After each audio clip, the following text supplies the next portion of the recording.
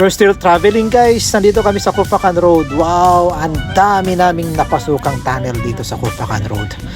Grabe. So papunta tayo guys ng Kurfakan Municipality.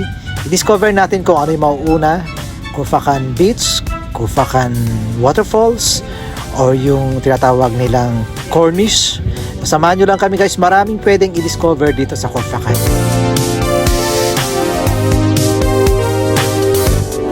So welcome back muli sa aking channel guys. Nandito na kami sa may Kurfakan Beach. Ayan. So ito yung Kurfakan Beach. Dito sa may Kurfakan Port. Kurfakan Beach guys ay facing Gulf of Oman. Grabe ganda. Tapos merong island dito, yung Shark Island. Pwedeng pupunta dun. May boat at saka jet ski. 20 to 25 ang isang tao. 20 to 25 dirhams ang isang tao.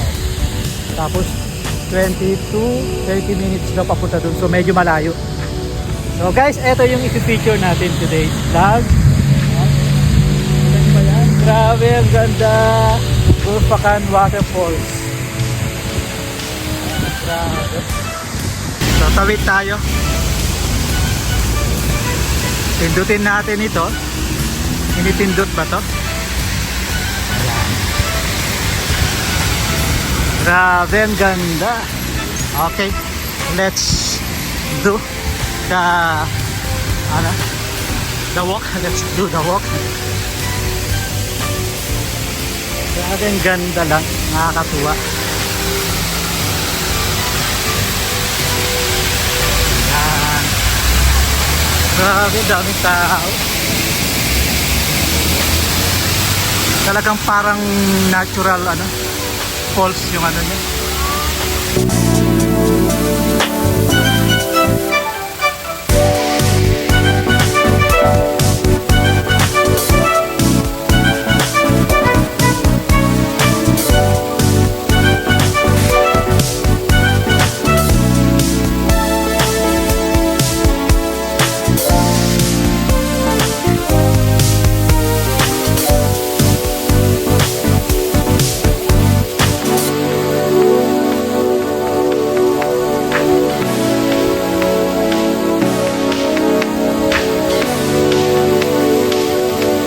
Grabe, ang ganda guys.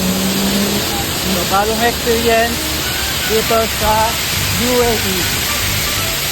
So eto, maganda talaga yung bukas ng 2025 sa amin.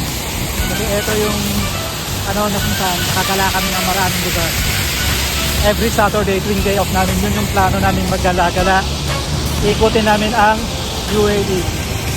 Kasi magsa-summer na. Yan. So dito sa namin guys, sa left side ay merong amphitheater. So meron ding amphitheater dito. Balak namin pupunta sa taas Let's see kung makapunta kami kasi pwedeng pumunta dun sa taas ng bundok. Dito sa may taas ng waterfalls. Grabe, nakaka-amaze yung ganda. So maraming mga hotels dyan, no? Bagong hotels na ginagawa. Kasi guys, ang Kurfakan, one of the main attraction or tourist area dito sa UAE na pinupuntahan talaga ng mga tourists, ng mga tao dahil sa ganda, dahil sa mga formation ng rock mountains, plus may waterfalls, plus yung beach, plus etong amphitheater dito. Ganda rin dito So yun na yung mga kasama ko, nauna sila. Ayan. So eto yung amphitheater dito sa may waterfalls. Ito lang yung waterfalls.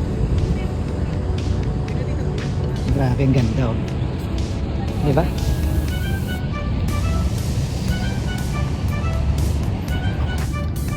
Smile, you are in Sharjah. Part pala ng Sharjah to, no?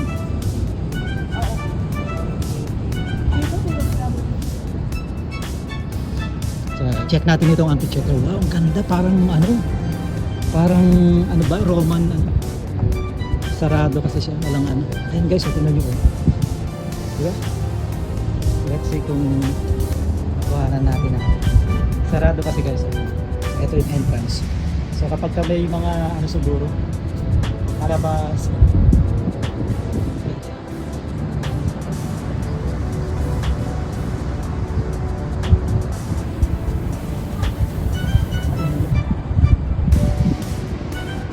Hindi ko alam kung makakapunta kami sa taas.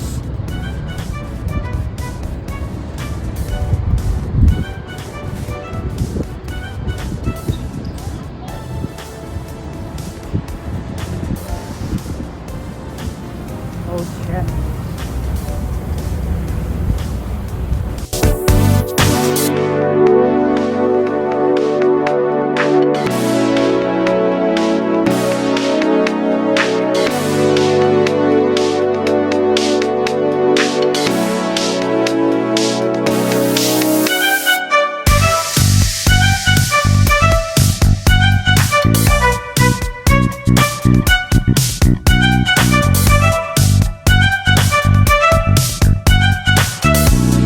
So, saan tayo guys? What next? Next destination? Dito, bakit pa? Wala tayong vlog dito.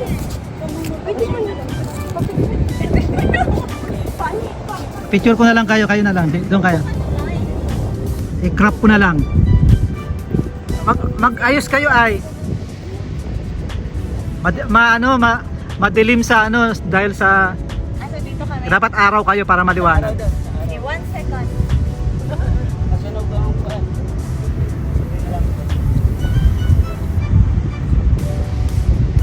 Dali kuya, init. 1, 2, 3. Okay. Pre, paano sa kanila? Okay guys, punta na kami sa next destination namin. Next tourist spot sa may. Tensya na kayo guys, mainit ha. Against the light pala. Saan tayo? Sa may Workers Village?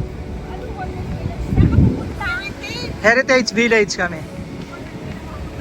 So ito pala ang tour bus tour. So ito ang ganda. Grabe. Ganda ng ng bundok. Bundok lang lagi.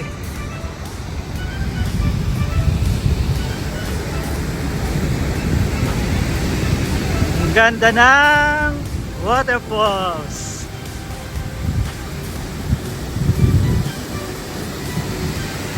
Hoy, ano masasabi nyo sa sa waterfalls? Maganda ako. 8 out of 10. 8 lang? Ang ganda naman ng view nyo. Hoy, ang ganda ng view nyo. Buti pa sila, kuhang-kuha.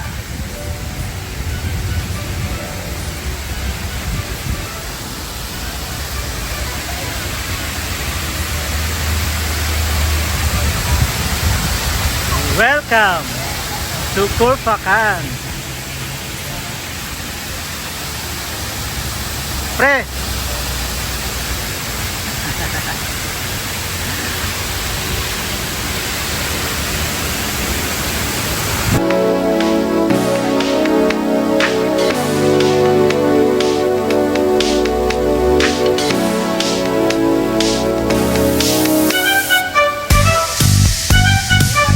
Punta na kami sa susunod na destination namin.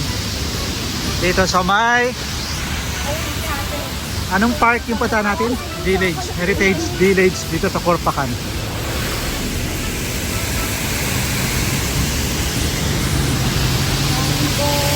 Bye-bye waterfall.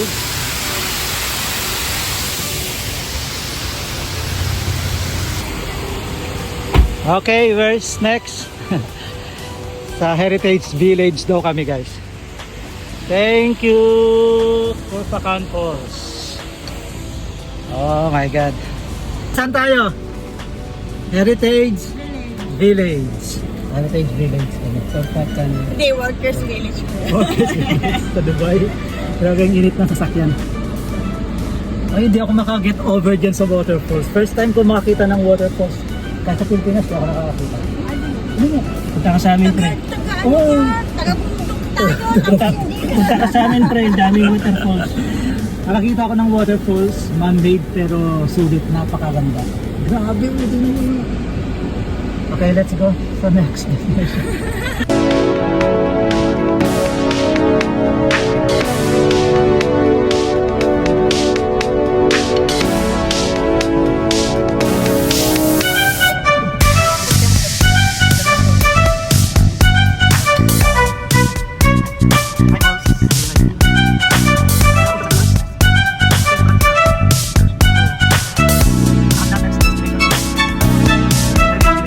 Dito naman ay puro bundok na na bato. Ayan. So ito yung kinalalagyan natin ay Al-Bidya Tower. Kasi Al-Bidya Mosque yung nasa baba. The oldest mosque in UAE.